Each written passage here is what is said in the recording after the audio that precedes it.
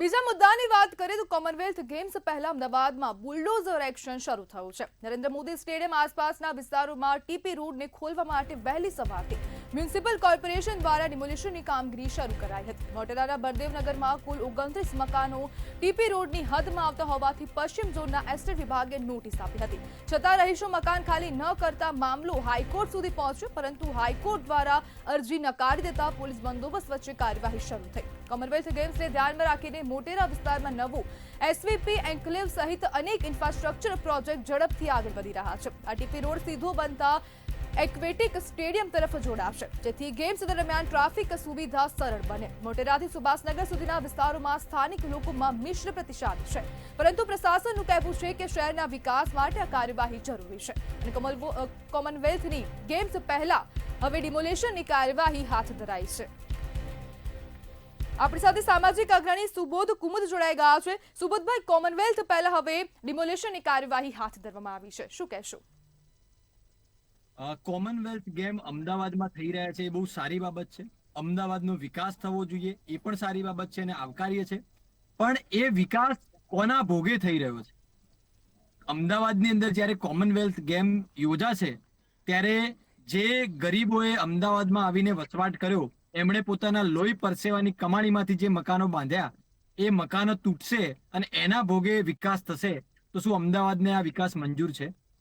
એવું અમદાવાદ જો હરણફાળ ભરી રહ્યું હોય, એટલું વિકસિત થઈ ગયું કે કોમનવેલ્થ હોસ્ટ કરી શકવાનું હોય, તો આ ગરીબોના માટે ઘરનું ઘર કેમ નથી? એમના માટે ઘર તોડી અને સામે આપણે વિકસિત ગુજરાતમાં એક ઘર કેમ નથી આપી શકતા? આજે પ્રાયનો પ્રશ્ન એ છે। જ્યારે કોમનવેલ્થ ગેમ રમાતી હશે ત્યારે જેમના ઝૂંપડા તૂટ્યા છે એ પરિવારો ઉપર, એ પરિવારના બાળકો ઉપર શું વીતશે?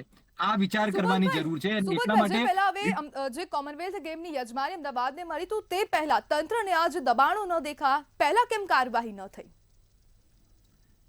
ક્યાંક ને ક્યાંક એવું થઈ રહ્યું છે કે કોમનવેલ્થ ગેમ યોજાશે એની અંદર સરકારના જે નજીકના માણસો હશે, સરકારના મળતિયાઓ હશે, સરકારના પોતાના જેટલા અંગત માણસો હશે, એ બધા ક્યાંક ને ક્યાંક આ કોમનવેલ્થના નામે લાભાન્વિત થવાના છે અને એના માટે થઈ અને સ્પેશિયલ ડ્રાઈવ એમને લાભાન્વિત કરવાના હેતુસર આ થઈ રહી છે।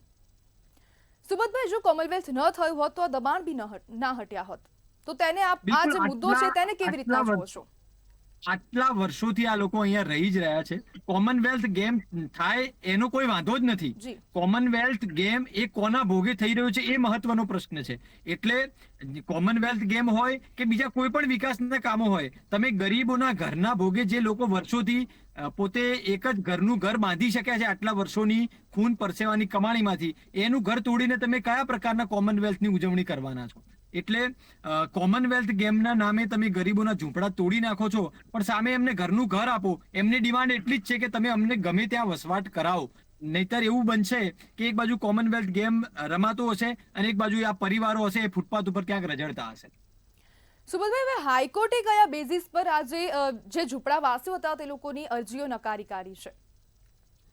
હાઈકોર્ટમાં એમની પ્રેયર શું હતી, પિટિશન શું હતી, એનાથી હું માહિતગાર નથી, એટલે એમાં હું વિશેષ કોમેન્ટ નહીં કરી શકું, કારણ કે મેટર સબ જ્યુડિસ હતી અને એમાં કોર્ટે શું સ્ટેટમેન્ટ કર્યા છે એ ઓર્ડર જોઈએ તો જ આઈડિયા આવે। પણ આ સરકારની પોલિસીની મેટર છે કે તમે તમારા રાજ્યના નાગરિકોને એક ઘરનું ઘર કેમ ના અપાવી શકો? જ્યારે પ્રધાનમંત્રી નરેન્દ્રભાઈ મોદી વડાપ્રધાન બન્યા ત્યારે એમણે કહેલું કે 2022 સુધીમાં દરેક નાગરિકને ઘરનું ઘર મળશે, તો અહીંયા ઘરનું ઘર આપવાના બદલે લોકોને ઘરથી વંચિત કરી રાખવામાં આવી રહ્યા છે અને લોકોને ઘર ઉજાડી દેવામાં આવી રહ્યા છે। જી બિલકુલ સુબોધભાઈ, જોડાવા બદલ આપનો આભાર।